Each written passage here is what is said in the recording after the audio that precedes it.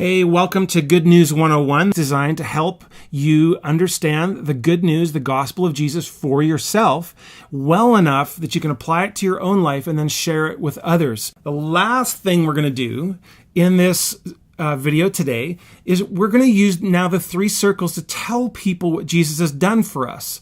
So we've used the three circles to say, here's why Jesus is necessary. Here's why you need Jesus. Here's what Jesus has done for you. We've also now used the three circles to illustrate how you can respond to God using three simple words: sorry, thank you, and please. Now we're going to, again, use the same three circles for you to tell your story. So again, over this napkin, over coffee, you're going to get a lot done. There's a lot of traction you can do with one little diagram. So here's how you're going to start. So you're going to start with a brokenness circle most of the time. You don't have to, but most often you might be talking to this guy who's talking about, let's say we use that example, his anger issues. So you might go, hey man, I was there too. Totally. I struggle on bad days with anger myself. I was frustrated. I couldn't fix it. I tried doing my best. And sometimes it felt like I actually enjoyed getting angry. It was like an indulgence thing, but then I felt super guilty. But no matter how hard I tried, I just couldn't seem to leave this anger thing be. I just couldn't do it.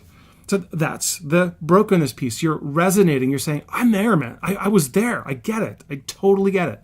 Okay, so the point in this section is not to tell your brokenness story in a way that sounds better than theirs or better than more epic. Like, you have no idea. But it's more like you want to hit on the universals, not the distinctives. You want to share it in such a way that they go, you know what?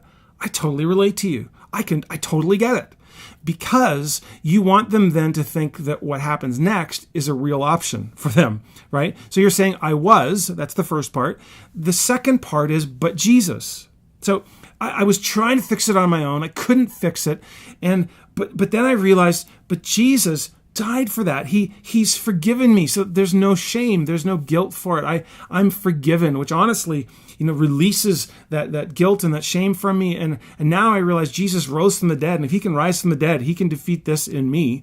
And now he's given me a spirit to help me overcome this, right? So now I'm realizing the solution is not more effort, not more indulgence, not just staying broken. It's turning to Jesus. It's turning from my own effort and trusting Jesus instead.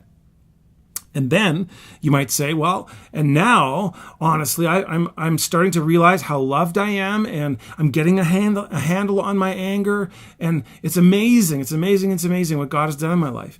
Now, of course, you may not have arrived yet. We often haven't. Well, you can keep going around the circle, right? So you said, but Jesus, and now I'm growing, it's changing. And you could add a fourth one. You could say, I still blow my top sometimes. I still screw up sometimes. But then again, Jesus, right? There's no guilt. There's no shame. So this is now an amazing tool that you can use to share your own story. This is how to structure telling your life story to someone. So once again, we're going to pause. This is the last one. And then after that, you can do whatever you do in your life groups.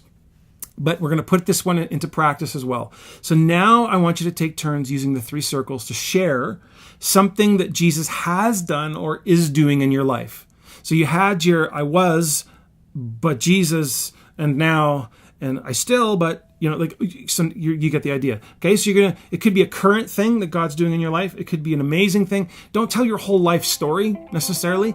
Pick an issue, an area of brokenness in your life, and apply the gospel to it and weave it into the story.